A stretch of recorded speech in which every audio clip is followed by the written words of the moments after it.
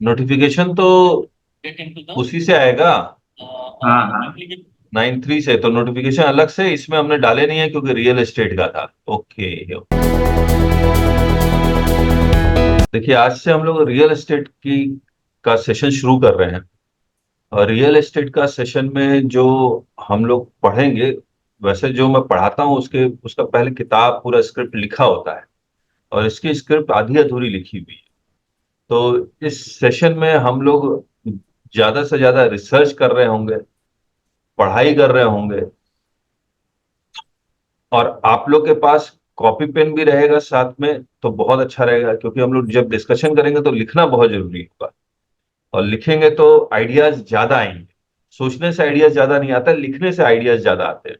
तो आपको लिखना बहुत जरूरी है। और इसमें जितना ज्यादा आप पढ़ेंगे और रिसर्च करेंगे उतना ज्यादा फायदा है। मैंने पहले भी कहा था कि रियल एस्टेट की कोई भी बुक आपके पास है वो आप लेके बैठिए, तभी काम होगा। तो हम लोग इसकी शुरुआत कैसे करेंगे, क्योंकि मेरे पास स्क्रिप्ट आधा अधूरा लिखा हुआ है। अब इसमें सबसे बड़ी बात क्या होती है कि आपको पता है कि रियल एस्टेट में ये है, क्योंकि हम लोग को रियल एस्टेट समझना है। हम लोग कोई केस नहीं कर रहे कि हमारे पास ये नोटिस आया उसका ये पॉइंट पे हम लोग को डिस्कशन करना, वैसा नहीं कर रहे। हम लोग पूरा रियल एस्टेट समझने की कोशिश कर रहे हैं। तो इसमें सबसे पहले जो मुझे लगता है कि हमें रियल एस्टेट में क्या पढ़ना चाहिए, उसका वो पूरा मटेरियल, उसमें क्या लॉ में क्या पढ़ना चाहिए, रूल्स में क्या पढ़ना चाहिए, नोटिफिकेशंस में क्या पढ़ना चाहिए, वो सब हमें पहले से पता होगा। जब वो पता लग जाएगा तो फिर अरेंज करना होगा कि सबसे पहले कौन सा पढ़ना है। पहले लॉ का पॉइंट पढ़ना है, या पहले रूल्स पढ़ना है, या लॉ के बाद कोई रूल्स, उसके बाद नोटिफिकेशन। जो कनेक्शन है, जो लिंकेजेस है, वो भी स्टैब्लिश करना पड़ेगा, ताकि पूरी किताब एक स्टोरी के फॉर्म में बन के तैयार हो जाए। तो हम लोग सबसे पहले स्टार्ट ये करते हैं कि लेटस आप लोग को ये बताना है कि कौन सा फोटो, सॉरी, कौन सा लॉ, कौन सा रियल एस्टेट का कौन कौन सा प्रोविजन हम लोग को पढ़ना है। आप लोग कॉपी किताब साथ में रखिए और आप बताइएगा।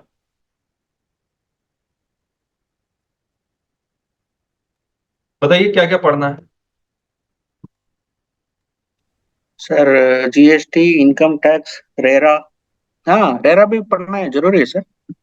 यस सर, रेरा से ही डिफिनीशन बहुत सारा लाया गया है। कारपेट एरिया को रेरा से ही लाया गया है। Okay okay. और रेरा की भी डिफिनीशन को लाया गया।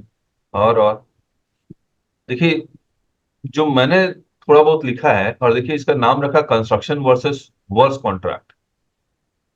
इसमें मैंने क्या किया है, मैंने सारा लिख दिया है। जैसे शेड्यूल 2, अगर मैं लॉ में जाऊंगा तो शेड्यूल 2, जिसमें पैराग्राफ 5 में लिख दिया कि construction is a supply of service, और पैरा 6A में लिखा works contract is a supply of service. तो रियल एस्टेट में यही दोनों पॉइंट आ रहे हैं कि या कोई और भी आ रहा है। रियल एस्टेट में या तो कंस्ट्रक्शन हो रहा है या वर्क्स कॉन्ट्रैक्ट हो रहा है। कंस्ट्रक्शन का मतलब क्या हुआ कि मेरा सामान आप काम कीजिए। ये तो सर बराबर है। ये पूरा मतलब कंप्लीट रीडिंग लेना है तो शेड्यूल 3 भी लेना पड़ेगा। शेड्यूल। 3 भी लेना पड़ेगा आफ्टर कंप्लीशन ऑफ सर्टिफिकेट जो मिलता है, तो यस उसको ये। यस। तो हमने शेड्यूल 3 नहीं लिखा क्या? हम्म। करेक्ट, नहीं लिखा। Thank you. एक शेड्यूल 3 भी आएगा, करेक्ट। और जहां पर क्या लिखा हुआ है, कौन सा पैराग्राफ में लिखा हुआ है ये, it is not a supply. After completion certificate. Table निकाल लेते हैं, एग्जैक्ट लैंग्वेज निकाल लेते हैं। क्योंकि मेरे पास सारा कुछ लिखा हुआ नहीं है, इसलिए क्लास उस तरह से नहीं चलेगी बहुत स्मूथ। ऐसे ही हम लोग रिसर्च करते हुए, जैसे जिनेश जी ने कंट्रीब्यूशन कर दिया, तो ऐसे ही हम लोग करेंगे। शेड्यूल 3, एक्टिविटीज और ट्रांजैक्शन।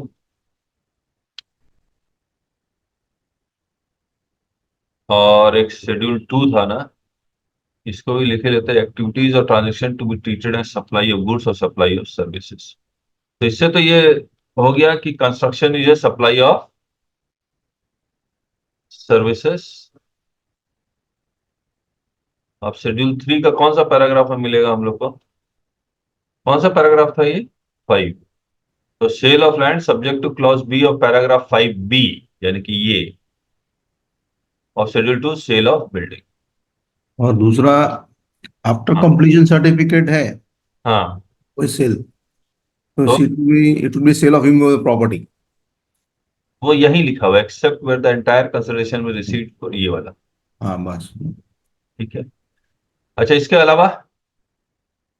अलावा बताएंगे? आप सर जहां से चल रहे हैं हाँ। उससे थोड़ा सा और पहले अपने को वर्क करना पड़ेगा। जैसे कहाँ? जैसे रियल एस्टेट प्री जीएसटी में क्या था ओके। और पोस्ट जीएसटी में क्या हुआ, ठीक है। इस ढंग से अपने को चलना पड़ेगा। करेक्ट। फाइनेंस एक्ट में इसकी क्या व्यवस्था थी, हाँ हाँ। फाइनेंस एक्ट के बाद इसमें क्या क्या बदलाव हुए, ठीक बात है। क्यों इसको जीएसटी में लाने की आवश्यकता हुई, ठीक है। यहां से अपने को शुरू करना पड़ेगा। ओके। अब देखिए क्या राजेश जी कह रहे हैं, जो मैंने शुरुआत में भी कहा था कि लेट अस फाइंड आउट सबसे पहले क्या क्या पढ़ना है, उसके बाद हम लोग को अरेंज करना पड़ेगा कि इसमें से पहले क्या पढ़ना है, बाद में क्या पढ़ना है। करेक्ट है ना?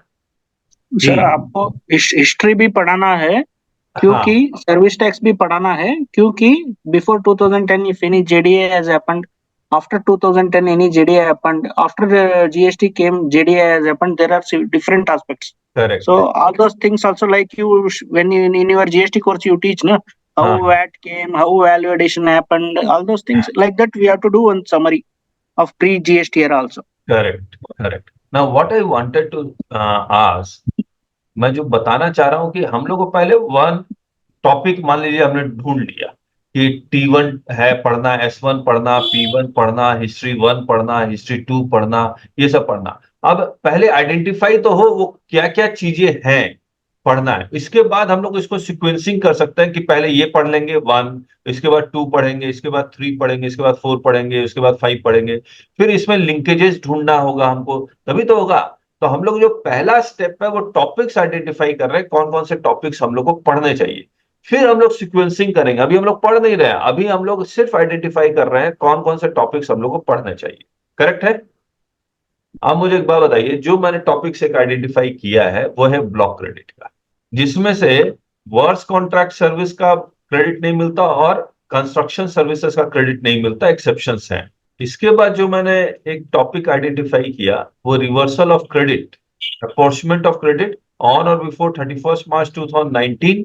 ये क्रेडिट रिवर्स होता था on the basis of turnover, और 1 अप्रैल 2019 से ये क्रेडिट रिवर्स हो रहा है on the basis of area. फिर तो ये जो इतने सारे थे, ये schedule 2, schedule 3, blocking of credit और अपॉर्चमेंट ऑफ क्रेडिट, ये कहाँ था? लॉ में लिखा हुआ था। ठीक अब है आते सर। हैं रूल्स में। दूसरा था एक सर अपना 80-20% वाला 80-20 स्पेशल नोटिफिकेशन, आरसीएम वाला ना? आरसीएम वाला। यस। उसमें रूल 42-43 भी है सर। Section 9 subsection 4, 4।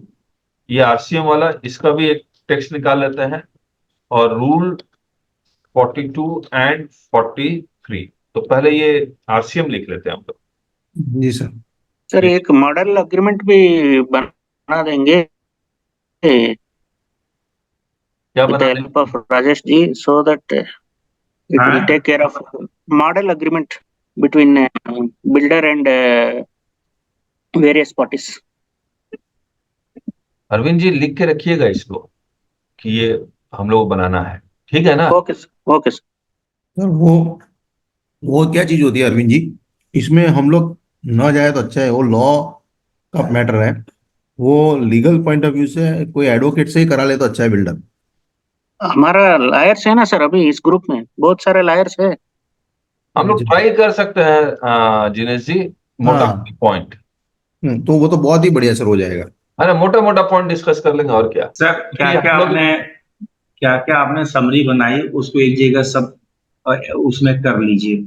हाँ सर सेक्शन 13 भी सर, इसमें ना हम लोग एडवांस में ही टैक्स लायबिलिटी पूरा बुक होगा। Place of supply. Place of supply, time of supply. Okay ठीक है। जैसे एक जगह आप लिखते चलिए, एक किसी पन्ने पे वो सेव रहे। क्या चीज? एक न्यू पेज पर राइट करते चलिए कि क्या क्या हमको करना है इसमें। ये तो मैं इसमें किताब में लिख ही रहा हूँ डायरेक्ट। बहुत सारी चीजें किताबों में नहीं लिखनी, वो भी लिखेंगे। मतलब वो केवल डिस्कशन के पार्ट बन गए जो बुक्स में नहीं आई। नहीं नहीं, वो तो हम लोग डिसाइड करते जाएंगे क्या लिखना है क्या नहीं लिखना अच्छा। है। प्लेस और सप्लाई, ठीक है। और सेक्शन 9 लेवाई, टैक्सेबल इवेंट, लेवाई वाला, टैक्सेबल इवेंट, वो तो इन हाँ लेवाई वाला। इन जनरल है, उसको उसको डिस्कस करेगा तो ऐसा, उसको डिस्कस नहीं कर रहे हैं। हाँ। और ओके। बताइए। अनिमेश, दो बताए थे ना, प्लेस और सप्लाई और, टाइम सप्लाई सर, कि टाइम इसमें है ना अरे अभी सॉरी हम। सॉरी, प्लेस और सप्लाई लिख दिए, ये टाइम और supply. Time of supply section 13 sir. हाँ ठीक है, लिख दिया, स्क्रीन में नजर आ रहा है ना? Yes sir. Hmm. RERA rate डाल दिए सर, रेरा। रेरा रेरा पूरा तो रेरा पे है ही है। जी। रेरा भी पढ़ना पड़ेगा, ये मुझे अगर बता। रेरा नहीं आएगा तो हाँ। काम खत्म हो गया। तो रेरा में कौन कौन से प्रोविजंस पढ़ने रेरा में बहुत कुछ नहीं पढ़ना है सर। वहां से सर दाते सर के बुक में है रेरा का पूरा। ओके, तो आप वो अगर रेरा का जो भी है, एक बार उसका भेज दीजिएगा, क्या क्या हम लोग को टॉपिक पढ़ना है, ताकि हम लोग उसका लिख सके। ठीक है, मैं भेज देता हूँ सर, मेल पे डालता हूँ सर। ठीक है। अच्छा, जी। एक्ट सीजीएसटी एक्ट में ऐसा और कुछ बच गया जो हमें पढ़ना है? टीडीआर एफएसआई आएगा ना, क्या joint development agreement, transferable development right. हाँ वो सब इम्पोर्टेंट है सर। DDA TDR sir. नहीं, वो लिखा हुआ जीडीए कहाँ है?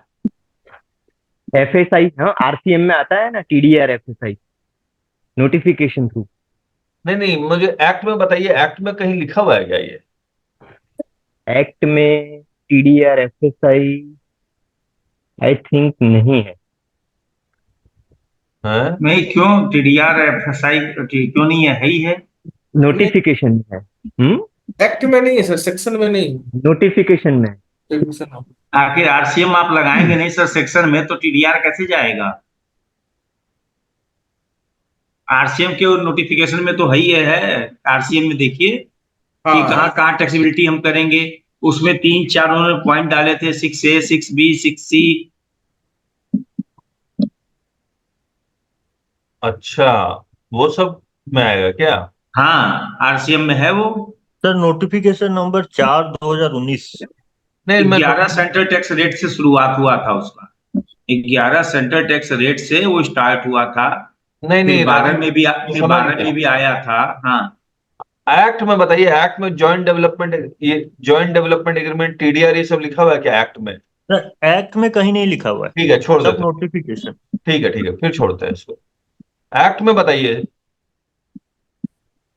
अब देखिए, एक्ट में क्या क्या पढ़ना है। शेड्यूल 2 का para 5B, para 6A, schedule 3 का पैरा 3, फिर 17(5) ब्लॉक क्रेडिट, और फिर रिवर्सल ऑफ क्रेडिट 9(4). अब मुझे एक बात बताइए, आप इसको मैं अरेंज कर दूं? सबसे पहले 9(4), उसके बाद क्या आता है? Time of supply, place of time of supply. ये आएगा टाइम ऑफ सप्लाई, हम्म। उसके बाद आएगा रिवर्सल ऑफ क्रेडिट, इसके बाद आएगा ब्लॉक क्रेडिट। यही तो है। इससे क्या होगा कि हम लोग को याद भी रहे, जो रीडर है उसको भी समझ में आएगा ये इतना बड़ा नोटिफिकेशन कहाँ से आ रहा है भाई। अच्छा अच्छा, इसका आ रहा है। अभी तो इसको हटाते हैं। तो 9(4), 13, 17, 1 अपॉर्चमेंट ऑफ क्रेडिट, इसको मैं यहां से ऐसे लेता हूँ, इसको बोल्ड करके अंडरलाइन कर दिया। आपको एहसास होगा किताब लिखना कितना मुश्किल है। कुछ रियल एस्टेट के एफएक्यू आए थे सर। वो सब पहले एक्ट में रही है। नहीं, जो चार्ट बना रहे हैं सब में। हाँ, वो आप अपने पास लिख लीजिए पहले एक्ट। अब रूल्स में रूल 42 एंड 43 आ जाएगा। अच्छा, एक चीज और बताइए, सेक्शन 7 नहीं पढ़ेंगे, स्कोप ऑफ सप्लाई। नहीं, सप्लाई का डेफिनेशन नहीं पढ़ेंगे, वो तो नॉर्मल है। और बताइए। अच्छा, अब आते हैं रेट्स ऑफ टैक्स। अच्छा, रेट्स ऑफ टैक्स में जो कंस्ट्रक्शन सर्विसेज और बिल्डिंग में, उसमें मैंने जो आइडेंटिफाई किया वो 4 तरह के रेट्स आइडेंटिफाई किए। एक construction of apartments intended for sale to a buyer, उसमें इतने सारे रेट्स थे। फिर composite supply of works contract by way of construction, इसमें एक रेट ये था।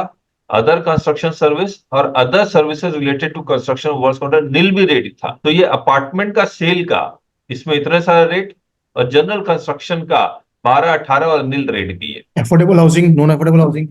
हाँ, सब इसी में कवर हो जाएगा, बाद में डिटेल देख लेंगे आप लोग। हाँ 1% एक आएगा सर, वो इम्पोर्टेंट है सर, वर्डिंग लिखना। नहीं नहीं, 1% वाला सर। वो 1.5% में 1/3 माइनस करेंगे तो 1% आएगा ना लैंड ठीक का। ठीक सर, सर वो मतलब ब्रैकेट में लिख सकते हैं, अफोर्डेबल हाउसिंग वो भी कर सकते हैं जैसा आपने मतलब। अच्छा, मैं आपको फिर से बता रहा हूँ, ये हम लोग सिर्फ आइडेंटिफाई कर रहे हैं कि कौन sir. कौन से टॉपिक हम लोग को पढ़ने हैं। Yes sir, yes sir. ठीक है, सर रेरा पे जब आएंगे ना तब वहां पे से एफोर्डेबल कारपेट एरिया ये सब 1 by 1 करेक्ट। हम्म फिर इसके बाद रिलेवेंट रेट नोटिफिकेशंस हम्म फॉरवर्ड चार्ज के, हम्म इसमें ये जो प्रिंसिपल नोटिफिकेशन ये था, उसके बाद ये अमेंडमेंट नोटिफिकेशन आते रहे। ठीक है, 2023 में कोई आया नहीं है लगता है। हम्म फिर रिलेवेंट रेट नोटिफिकेशन आरसीएम का आया, ये हम्म। प्रिंसिपल नोटिफिकेशन, ये अमेंडमेंट। फिर ये देखिए, ये 9(3) वाला, 9(3) में भी है क्या आरसीएम? हाँ है। सर 93 ही है, 94 नहीं आएगा इसमें। नहीं, 9(4) तो है ही। देखिए, एक हम लोग भूल गए, कौन सा? 94 है अनरजिस्टर्ड है केस में। एक यहाँ पे सेक्शन 9(4) अमेंडेड है, यहाँ पे है हम लोग एक सेक्शन भूल गए, बताइए कौन सा? रियल वही 9(4) का। नहीं, हाँ एग्जाम्पशन का। हाँ, एग्जाम्पशन भी है, वो तो धीरे धीरे आगे बढ़ा जाएगा तो सब यही हाँ, टॉपिक तो छूटेगा। आइडेंटिफाई करना होगा ना। ऐसे देखिएगा तो वैल्यूएशन भी एक जगह इसमें आएगा। हाँ वैल्यूएशन भी आएगा। वैल्यूएशन कैसे आएगा? क्यों, जहाँ पे ट्रांसफर डेवलपमेंट राइट का जब वो वैल्यूएशन कैसे करेंगे? कैसे करेंगे कम? फिर ये अपार्टमेंट में भी चेंज हो जाएगा सर ना वैल्यूएशन। 45 लाख से अबव है, 45 लाख से बिलो है। वो सब तो नोटिफिकेशन में है। सर वैल्यूएशन में भी आएगा, रूल नहीं, नहीं, 27 मुझे नहीं लगेगा। जहां पे मान लीजिए आपको पहली मॉनिटरी को कुछ पैसा मिल गए ट्रांसफर डेवलपमेंट राइट पे, तो उसका वैल्यूएशन कैसे लिखेंगे? तो वो ये कहता है कि अगर फर्स्ट जितने पर भी आपने सेल का एग्रीमेंट किया वो माना जाएगा। कंस्ट्रक्शन सर्विस कैलकुलेट करने के केस में सर। राजेश जी, वो सब हाँ। नोटिफिकेशन में वैल्यूएशन दिया हुआ है, एक्ट में नहीं लिखा हुआ है। चलिए देखते हैं हम लोग। एग्जाम्पशन, इसमें हम लोग को कुछ सीरियल नंबर्स हमें ढूंढने पड़ेंगे। एग्जाम्पशन बुक, ये पूरा हम लोग को पढ़ना है, याद रखिएगा। ये देखिए, lease rental of industrial plots, फिर transfer of TDR FSI 43A, ये रेजिडेंशियल अपार्टमेंट से रिलेटेड कुछ लिखा हुआ है 43B। तो ये हम लोग नहीं करेंगे। लीज रेंटल हमारे रियल एस्टेट का हिस्सा मानेंगे या नहीं मानेंगे कि करें? नहीं 19 ईयर्स वाला करिए सर, वो भी हैं? आता नहीं। 99 ईयर्स वाला ना, लीज वाला। ये वाला नहीं, नहीं, ये 30 साल का लीज वाला है। सर बहुत सारे प्रॉपर्टी हम लोग लीज पे वो लोग या रेंटल पे देते हैं कमर्शियल। अच्छा, ठीक है। हाँ जैसे अब कमर्शियल प्लस रेजिडेंशियल रहेगा तो वो लोग रेंटल दे देते हैं शॉप को सर, बिल्डर। ओके, तो ठीक है, तो हम लोग सीरियल नंबर 43, 43A, 43B, ठीक है। 6 तक क्यों लिखा हूं? 43, 43A और 43B। चलिए, ये भी हो जाएगा। अच्छा, ये 9(3) में कैसे आ रहा है, जरा कोई बताएगा मेरे को? ये 9(3) में कौन सा रेट आरसीएम है? टीडीआर एफएसआई वाला है। कॉन्ट्रैक्ट जो है, टीडीआर प्रमोटर वाला है।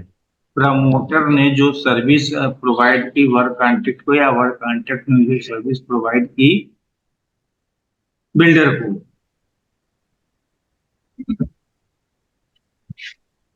ओके, ओके, मैं समझ गया। 9(3), ठीक है, ठीक है, ठीक है, ठीक है।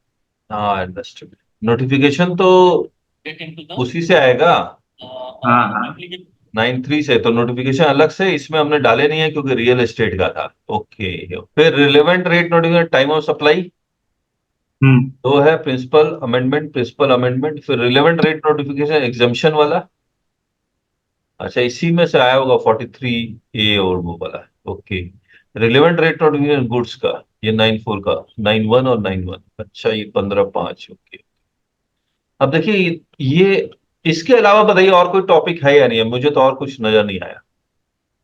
सर बख्शा बोल रहा हूँ। आप बोलिए। वैल्यूएशन आएगा ना सर?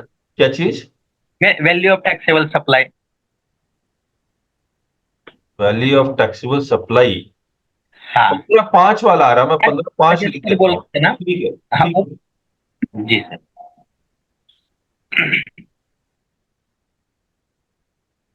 15/5 आ रहा है। हाँ सर, हाँ sir.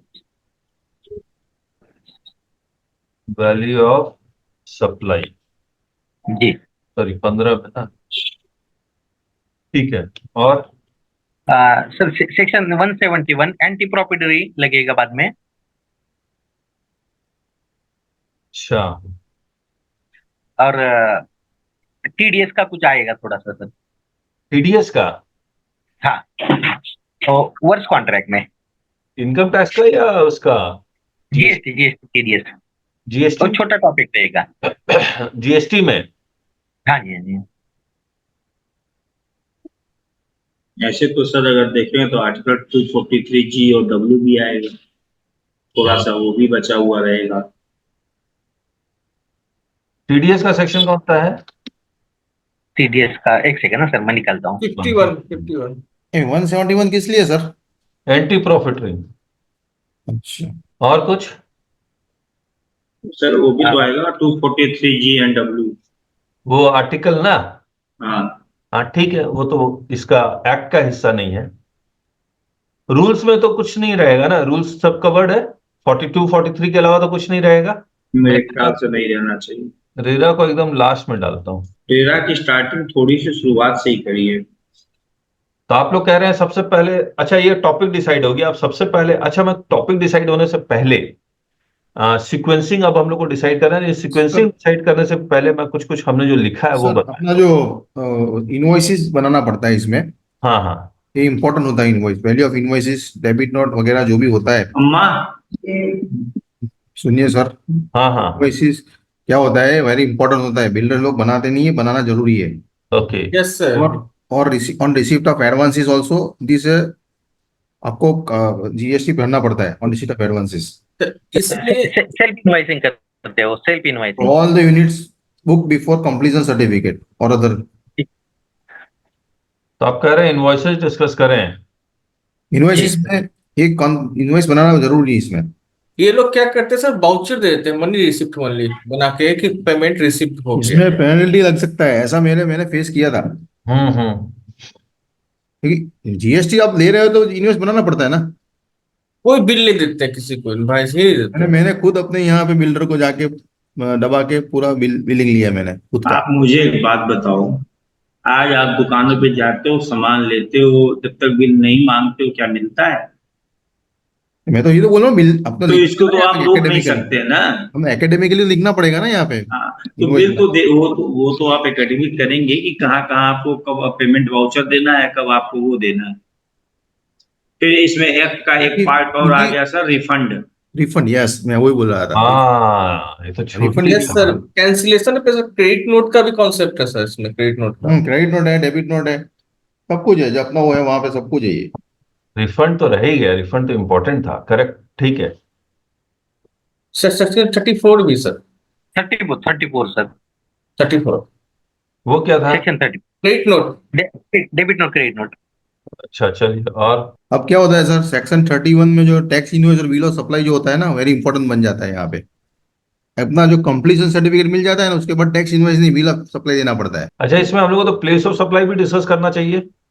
Place of supply discuss करेंगे सर, लेकिन मैं 31 की बात कर रहा हूँ कि अगर कंप्लीशन सर्टिफिकेट नहीं मिलता है तब तक टैक्स इनवॉइस, कंप्लीशन सर्टिफिकेट मिल जाने के बाद bill of supply, exempt supply के लिए। क्योंकि वो पूरा GSTR 1 में फिगर डिस्क्लोजर के लिए चेंज हो जाएगा, 3B में भी। ठीक बात है। अनिमेश बोलते क्यों नहीं हो? यस सारा सर, दारोमदार तुम्हारे ऊपर है और कॉन्ट्रैक्ट का। Yes, yes sir. मेरे पास तो कोई काम ही नहीं है कि हम उसमें दिमाग लगाएं। कल हम तो कल भी तैयारी कर रहे थे, जाना है हमको रिप्लाई में। 4 करोड़ का मैटर आया हुआ है। अरे वाह। अनिमेश जी, ये करोड़ों का मामला रहता है, लेकिन अपना अपना फीस तो मतलब टाइट रखते हैं ये लोग। ठीक है सर, रेगुलर क्लाइंट है हम लोग का सर वो, हम्म। मतलब सारा बुक्स वुक्स भी देखते हैं उसका हम लोग। ओ। अब एक चीज और बताऊं क्या निमेश, यस सर।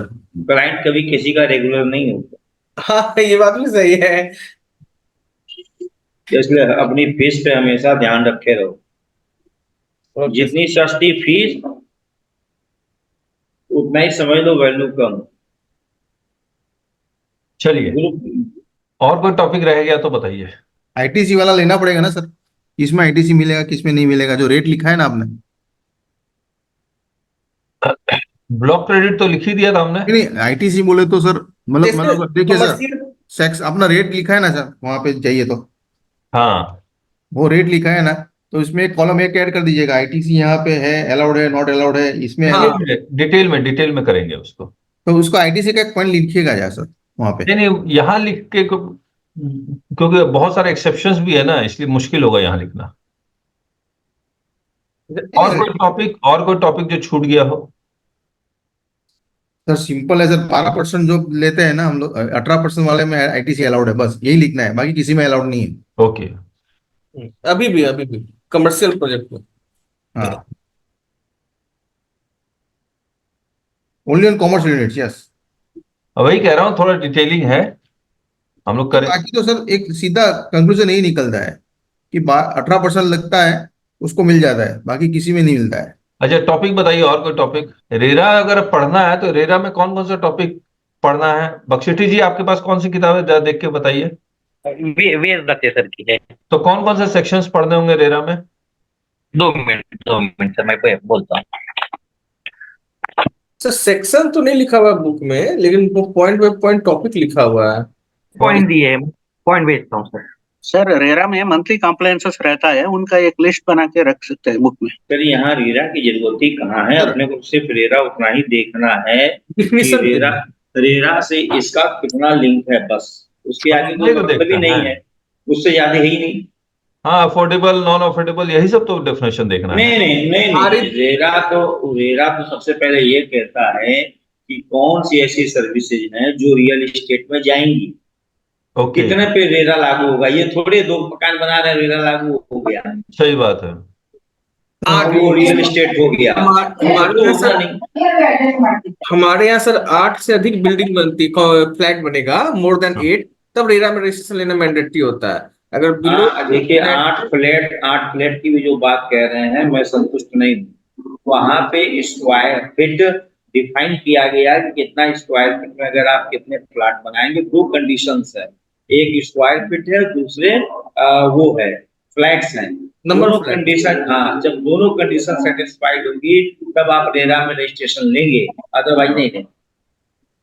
अच्छा ठीक है, रेरा पे फिर बाद में डिस्कस करते हैं, लेट अस। रेरा का मैं मेल पे डालता हूँ sir. Sir other unit, other charges भी आते हैं सर, जो बिल्डर लेता है उसके ऊपर जीएसटी लगाता है। यस सर, जैसे इलेक्ट्रिसिटी चार्जेस, सीवेज चार्जेस होते हैं, वाटर कनेक्शन चार्जेस होते हैं, फिर पार्किंग एरिया का होता है। है, फिर इसके लोग क्लब बनाते हैं और सोसाइटी बनती है उसमें। हाँ, सो मेंटेनेंस डिपोजिट आता है, उसमें नहीं आता है, तो चार्जेस, अदर चार्जेस पे जीएसटी लगे कि नहीं लगे, वो भी एक अपना उसमें लेने का है।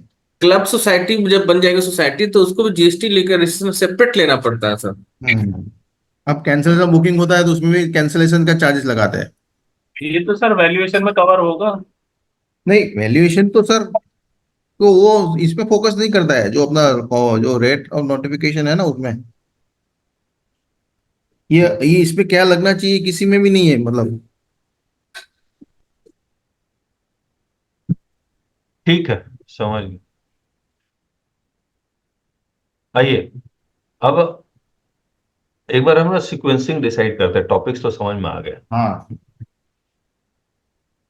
हमने जो अभी जो सीक्वेंसिंग डिसाइड की हुई है वो ऑब्वियसली ठीक नहीं है, लेकिन मैं ऐसे बताता हूं। कंस्ट्रक्शन डिफाइंड, इसके बाद अब कंस्ट्रक्शन जो आप बता रहे थे, हिस्ट्री, ये सब प्री जीएसटी रिजिम में, पूरा ये प्री जीएसटी रिजिम का लिखा हुआ है सारा। जितने भी नोटिफिकेशन आए या उसमें जो भी डेफिनेशन था, सर्कुलर था, वो एफएक्यू था, वो सब हमने यहाँ पर लिखा हुआ है, ये देखिए। कुछ केस लॉस थे वो सब लिख दिए यहाँ पर। फिर ये सब एफएक्यू एफएक्यू एफएक्यू। उसके बाद वर्क्स कॉन्ट्रैक्ट, वर्क्स कॉन्ट्रैक्ट का डेफिनेशन, फिर आर्टिकल 366, 366(29)A, फिर 10th जीएसटी काउंसिल मीटिंग में क्या हुआ, फिर एक हमने 1974 का लॉ कमीशन रिपोर्ट था उसको भी निकाला, टैक्सेबिलिटी ऑफ वर्क्स कॉन्ट्रैक्ट, ये सारा इसमें लिखा हुआ है। Position in some other countries, passing of property वगैरह वगैरह, पता नहीं क्या क्या लिखा हुआ, वो पढ़ना पड़ेगा पूरा एक एक करके। फिर यहीं तक लिखा, इसके बाद तो कुछ कुछ मिलते गए, हम लोग लिखते गए। यहाँ पर हर एक मतलब वर्क्स कॉन्ट्रैक्ट डेफिनेशन में इरेक्शन है का, इरेक्शन का मतलब, कंप्लीशन का मतलब, फिटिंग आउट का मतलब, इंप्रूवमेंट का मतलब, मॉडिफिकेशन का मतलब, रिपेयर का मतलब, मेंटेनेंस का मतलब, रिनोवेशन, अल्टरेशन, कमीशनिंग, ये सब लिख दिया। फिर इमूवेबल प्रॉपर्टी होता क्या है, उसका कॉन्सेप्ट क्या है, वो लिखा हुआ है यहाँ पर अलग अलग सेक्शंस में,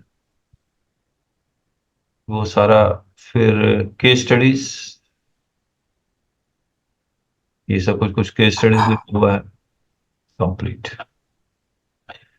तो ये सीक्वेंसिंग नहीं है, ये अब हम लोग डिटेलिंग में जा रहे हैं कि जो अगर हम लोग कंस्ट्रक्शन पढ़ना है तो उसमें क्या पढ़ना है, वर्क्स कॉन्ट्रैक्ट पढ़ना है तो उसमें क्या क्या पढ़ना है, पूरा हिस्ट्री के साथ आ गया है।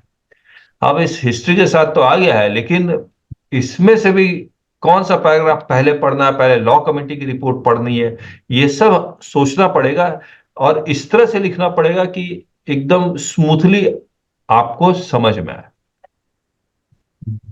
इसके बाद हमने क्या किया, दिखलाता हूं आपको। उसके लिए क्या है सर ना, जब आप स्टार्ट कर देंगे तो लास्ट में जाके एक बार आपको फिर से अरेंजमेंट करना पड़ेगा कि कौन सा टॉपिक कहाँ रखें। करेक्ट। ये थोड़ी है कि एक बार डिसाइड कर दे तो फाइनल हो गया, नहीं। नहीं नहीं, वो तो लास्ट में जाके आपको एक बार फिर सोचना पड़ेगा कौन सा टॉपिक कहाँ हम ले जाएं ताकि वो इजी गोइंग समझ में आए। ठीक है। अब इसमें हुआ क्या, अब ये जो tax rates on construction service and works contract, construction service, ये देखिए ये हमने क्या किया, किस तरह से लिखा, ये बता देता हूं। ये टेबल 1 है जो 1 जुलाई 2017 से 21 अगस्त 2017 तक एप्लीकेबल है, करीब करीब 1 महीना 21 दिन तक। उसमें सिर्फ यही 1 2 3 पॉइंट थे और जिसमें 9% लग रहा था आईटीसी भरपूर ले रहा था, करेक्ट है। और क्योंकि इसमें कंडीशन नहीं लिखे हुए, इसका आईटीसी अवेलेबल था। उसके बाद 22 अगस्त 2017 से 20 सितंबर 2017 तक उसमें ये वाला एक नोटिफिकेशन आया जिसमें 1 2 3 में ये चेंज हुआ, 1 वो 2 भी 1 महीना रहा। और ये 4, ये 5, 6, इतने सारे ऐड हुए और ये भी कब करीब करीब 1 महीना रहा, 9 और ये 6% का रेट आ गया, इसमें भी आईटीसी मिल रहा है, ये आ गया। इसके बाद फिर 21 सितंबर 2017 से 12 अक्टूबर 2017 तक फिर एक नोटिफिकेशन आया और उसमें 1 2 ये 3 जो था 4 5 फिर 6 भी था, 6 शायद ऐड हुआ। तो इस तरह से करके हमने ये पूरा टेबल बनाया हुआ है और जहां पर कब कब क्या क्या चेंजेस हुए हैं वो सारे हमने यहाँ पर, ये देखिए गवर्नमेंट एंटिटी ये सब आ गया ना यहाँ पर, गवर्नमेंट अथॉरिटी, गवर्नमेंट एंटिटी, फिर 25 जनवरी से यहां तक ये सारे आ गए। ये देखिए low cost house up to carpet of 60 square feet, railways mono, तो ये सब हम लोग को पढ़ना बहुत जरूरी है। पर इसको आप थोड़ा सिंप्लीफाई वे में करें तो अच्छा है, टाइप्स ऑफ प्रोजेक्ट में डाल के,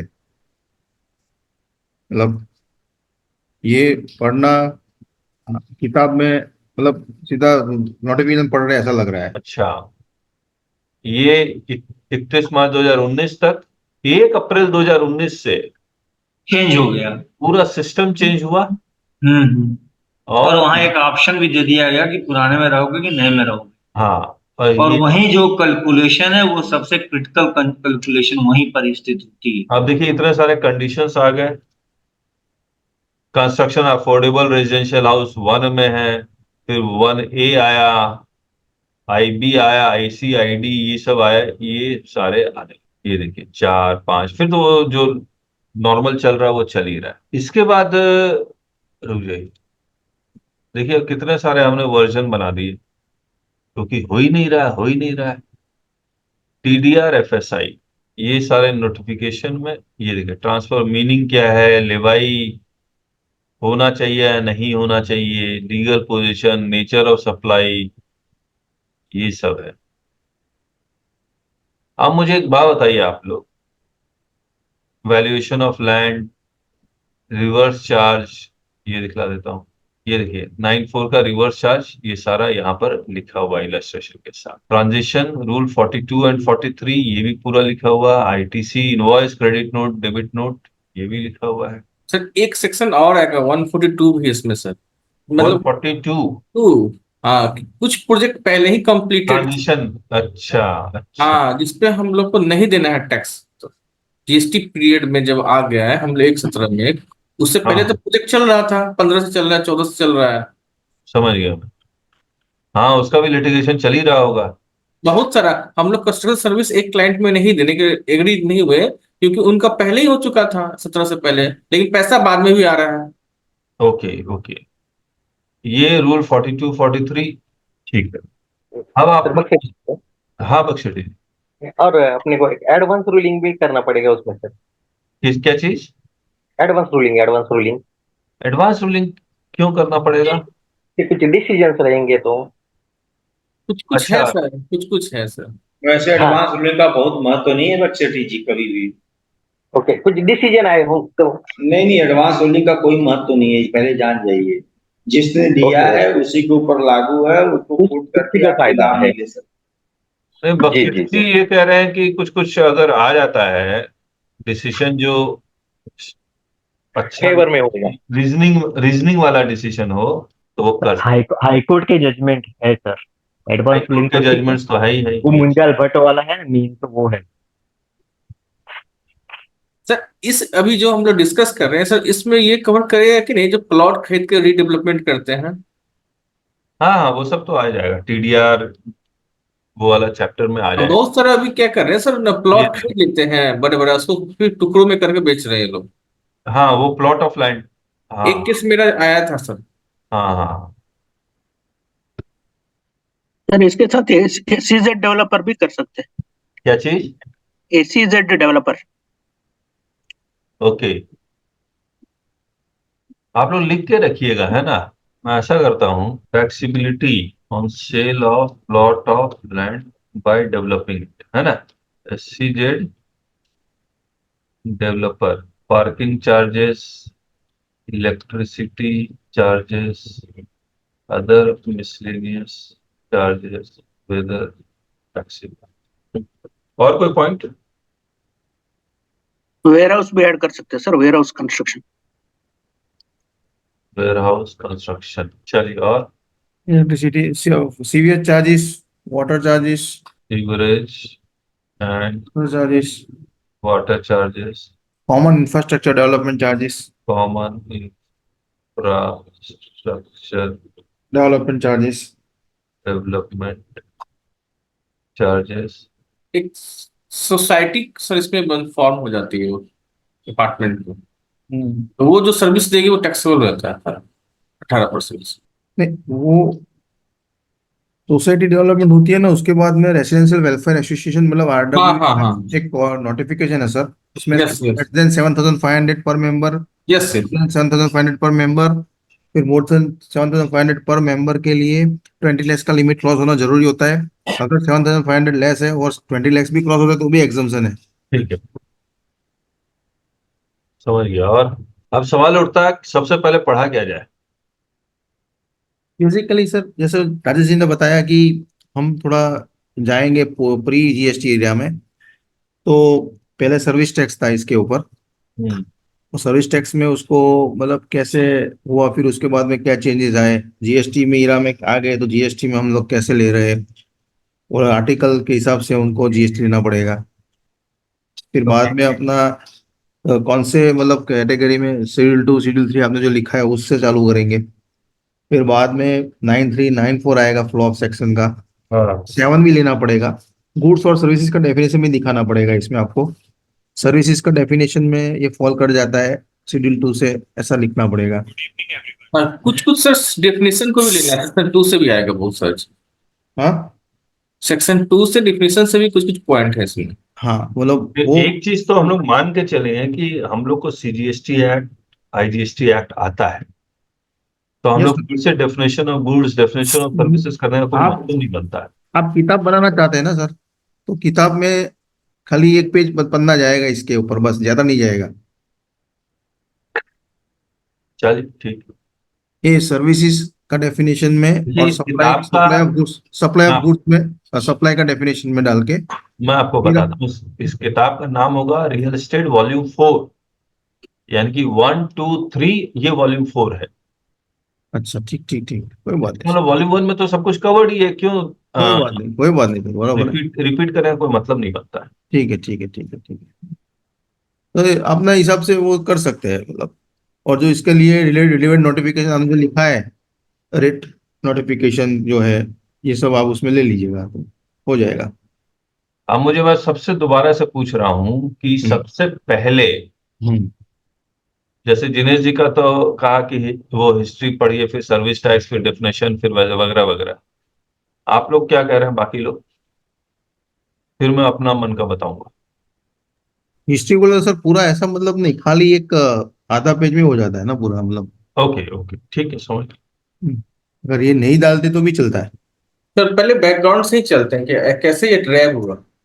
ओके। सर मेरे हिसाब से तो इसमें वर्क्स कॉन्ट्रैक्ट के ऊपर सबसे पहले जब सर्विस टैक्स भी नहीं था, हाँ, तो वैट कब से लगना स्टार्ट हुआ? सुप्रीम कोर्ट का एक जजमेंट था, उसमें ना बोला, फिर सब चेंजेस हुए, कॉन्स्टिट्यूशन में चेंज हुआ, वहां से स्टार्ट करना चाहिए। ओके। और राजेश जी, क्या व्यू पॉइंट है? सर वो तो बता ही चुका हूँ पहले कि थोड़ा बहुत तो आपको देना पड़ेगा। अगर डायरेक्ट रियल एस्टेट चालू करना तो कर सकते हैं, कोई समस्या नहीं है। शैलेंद्र जी, सर क्या लग रहा है, क्या सबसे पहले स्टार्टिंग सर इंटरेस्टिंग पॉइंट से होनी चाहिए कि उसको किससे होनी पढ़ें तो चाहिए? से इंटरेस्ट, स्टार्टिंग इंटरेस्ट आवाज नहीं है। सर। अट्रैक्टिव अट्रैक्टिव बनाने के लिए बोल रहे सर, स्टार्टिंग इंटरेस्ट जगाना चाहिए बोल रहे। इंटरेस्ट जगना चाहिए, यस यस, वैलिड पॉइंट। और वो कैसे जगेगा, कौन से पॉइंट से स्टार्ट करेंगे तो?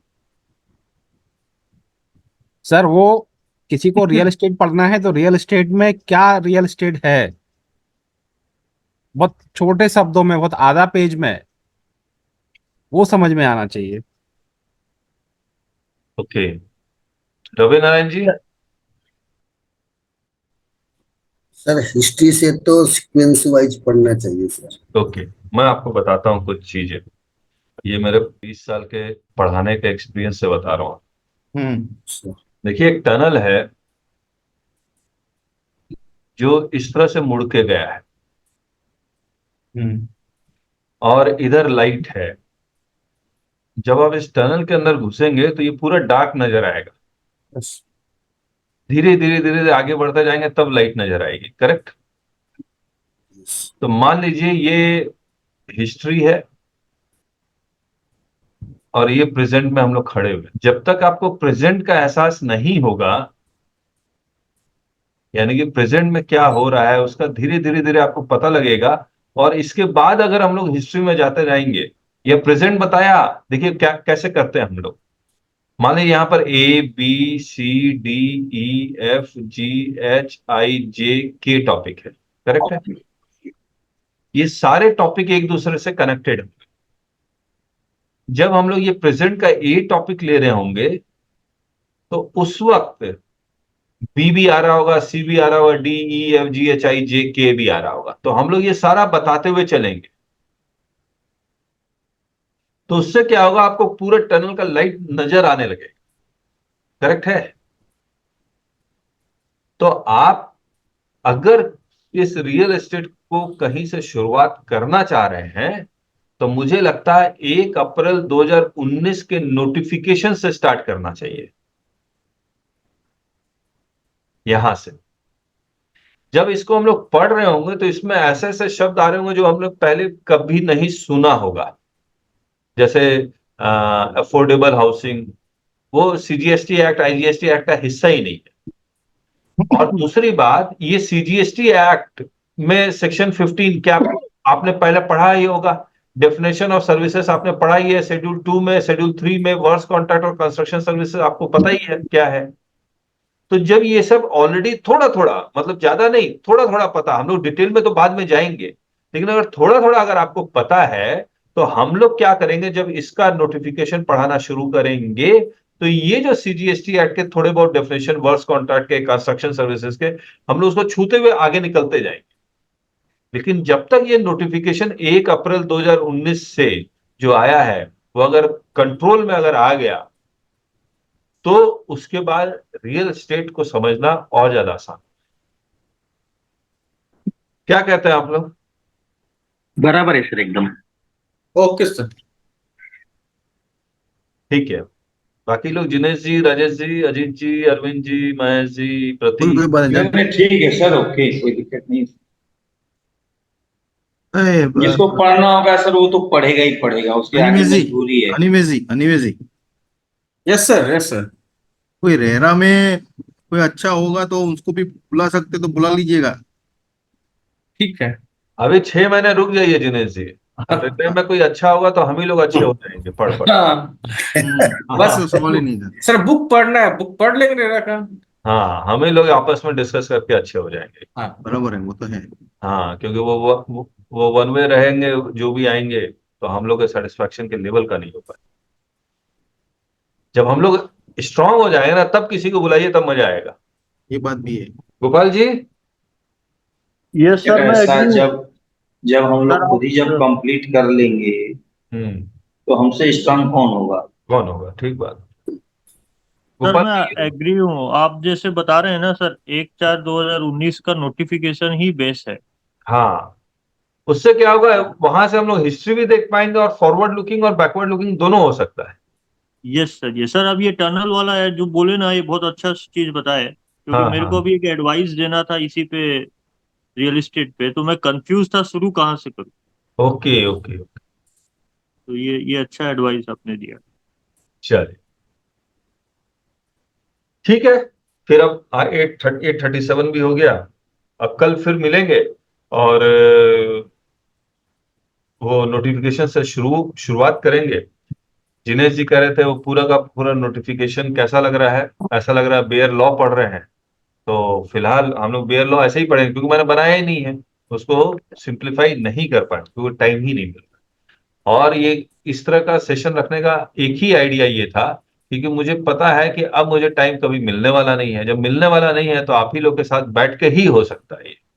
हाँ वो तो सर, और भी हमको अच्छा लगता है कि हम भी ऐसा लगेगा कि हमने भी बुक बनाने में कंट्रीब्यूशन किया कुछ। यस यस, आप लोग एकदम पूरी तरह से बुक बनाने में इन्वॉल्व हो जाएंगे और उससे ज्यादा और सीखेंगे भी। चलिए फिर कल मिलते हैं वही 7:30 बजे। Yes sir. ठीक है, 7:30 मतलब 7:30 एकदम शार्प। Okay sir, okay. ठीक है सर, नमस्ते। Thank you, मॉनिटर को बोल दीजिएगा सुबह समय से तैयार हो जाए, इंतजार ना करना। Okay sir. Okay okay, bye.